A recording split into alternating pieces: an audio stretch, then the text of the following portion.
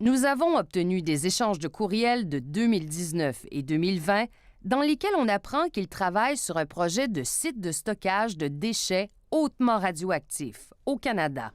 Le professeur de géologie de l'Université d'Ottawa, Ian Clark, nous explique de quoi il s'agit.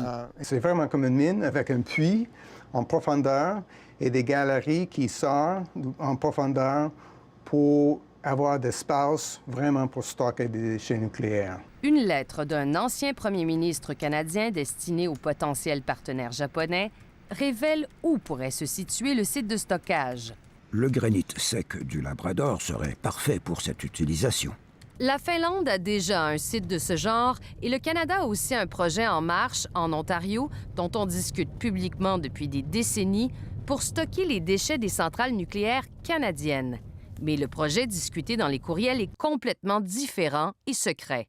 D'ailleurs, l'un des hommes d'affaires du Japon écrit à l'ancien premier ministre canadien: « Le plus grand soin est nécessaire pour que cette information ne soit pas divulguée. » Ah, si ça se faisait, ça serait sensationnel, parce que ça ne s'est jamais fait, et il y a de bonnes raisons pourquoi ça ne s'est pas fait. Michael Schneider est un consultant international en énergie nucléaire basé à Paris. Nous lui avons fait lire les courriels que nous avons obtenus.